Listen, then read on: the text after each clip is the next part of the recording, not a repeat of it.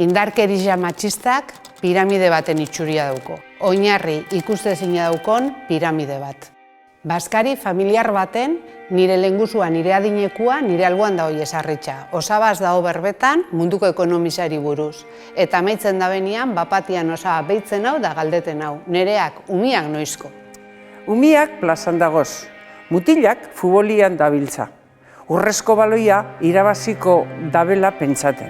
Aldamenian, neskatxuak dabiltza sokasaltoka. Aixa, ama, zenbat urteekin eskonduko naz.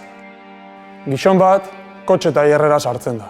Eta barruan, emakume bat hau trajiegaz lanian. Parkatu guapa, mekanikuan bilan abil. Esan gotzazu etorteko. Tabernan, kuadria bat dago txikiteuan, da batak bestiari esaten dutzo. Aurrekun zora errebikusen eban, txelan egon zantxantzitxa.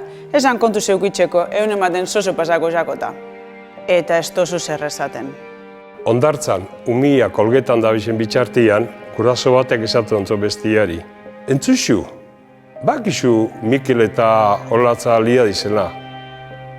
Hainbeste urtibili da Olatz, beren atzetik eta atzani lortu dau bikotea apurtzi. Eta isilik gelditzen zara. Bikote gazte bat pasiuan dago berbetan. Entzuxu, pasaran euenia, zeure kuadrilako mutil bat ikusi neban, neska baten atzetik baboso baten modura, eperti jabe ikutu jautzan. Eta nesik askanian enpadau erain ja ospain berrixa eban. Eta justifikatzen dozu. Lekitxon askan 10 hilabetietan bederatzi indarkeria kasu egon dira.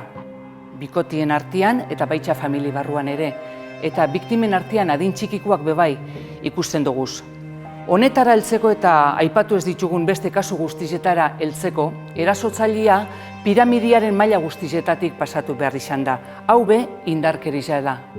Ez gelditzu isilik, ez justifika, ez izan konplize.